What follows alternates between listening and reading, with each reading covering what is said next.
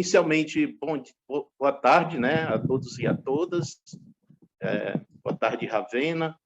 Eu gostaria, primeiro, agradecer a oportunidade que o Fórum Permanente de Defesa do Serviço Público aqui do Estado do Ceará está trazendo com essa temática relacionada à questão da defesa dos serviços públicos nas eleições de 2022, né? A primeira coisa que a gente tem a trazer aqui são as questões que têm a ver com a crise de representatividade.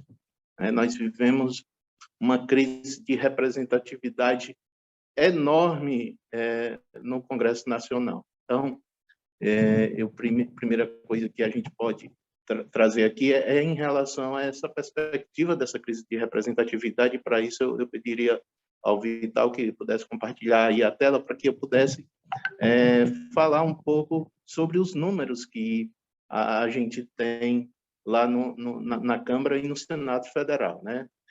Para vocês terem uma ideia, a bancada empresarial atualmente ela é composta de 204 deputados, né, que representa quase 40%. A ruralista, 175, representa um pouco mais de 34%. A bancada evangélica, ela se compõe de 85 deputados, né, um pouco mais de 16%. A da segurança, também chamada da bala, de 61 deputados, né, que representa quase 12%. Né? Enquanto isso, a bancada sindical ela representa apenas 6,82%. Né? No Senado, não é bem diferente. Né?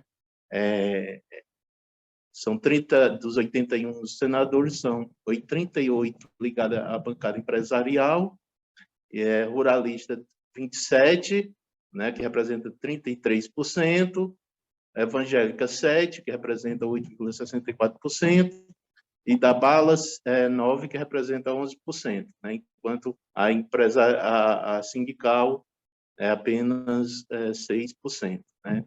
Esses dados são trazidos pelo DIAP, né, e a gente percebe que a cada legislatura há uma perspectiva de crescimento cada vez maior dessa bancada ligada às pautas ditas conservadoras, né, se denominam como conservadores, mas para mim são bancadas, sobretudo, reacionárias, né, e a gente precisa, a partir desses dados, né, dessa compreensão, saber que essa bancada dessa legislatura ela é, inclusive, mais forte, maior do que a anterior, que foi quando teve o golpe de 2016. Né? E a perspectiva é de que ainda piore mais na próxima legislatura, né? Devido ao fato de o Centrão estar no poder e ter toda uma estrutura que vai lhe favorecer muito nesse período. Então, qual é o nosso desafio? O nosso desafio maior enquanto sindicalistas, o envolvimento maior, mais efetivo dos sindicatos, né? No sentido de ter uma participação mais efetiva nessa participação política, né? Porque nós não podemos acreditar e depositar todas as esperanças na institucionalidade, mas, no entanto, a gente também não pode ficar sem participar, né? Sem ter uma participação mais efetiva. E o resultado disso, eu acredito, será contornar essa perspectiva de crescimento dessas bancadas de direita, né? Eu acho que o fato de nós termos até agora conseguido barrar a PEC da rachadinha, dita por ele, chamada de reforma administrativa, demonstra que a nossa unidade, o fato de nós estarmos unidos, né, sem divergência, todo mundo falando por uma linguagem só, fez com que a gente conseguisse lograr êxito até agora, né? Então, entendo que a eleição para majoritária desse ano, para as majoritárias desse ano são muito importantes, mas a gente deve dar uma atenção toda especial à participação no processo das construções das candidaturas legislativas, porque é lá que as coisas acontecem. Então, nesse sentido, fica a convocatória para que o movimento sindical se envolva mais, tenha maior participação para a gente poder reverter essa situação, né? Então, é inadmissível que nos tempos que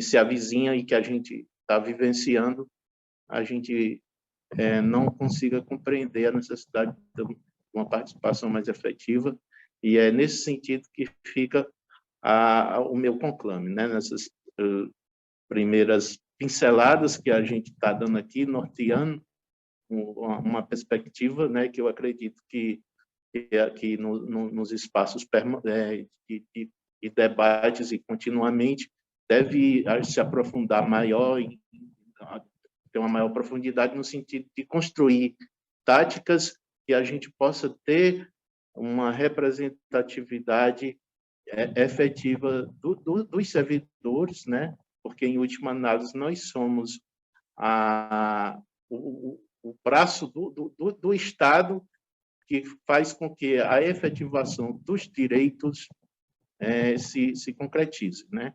Então, é nesse sentido que a gente precisa estar unido, como diz muito bem a fala que me antecedeu do Luiz, no sentido de que nós não estamos numa ilha,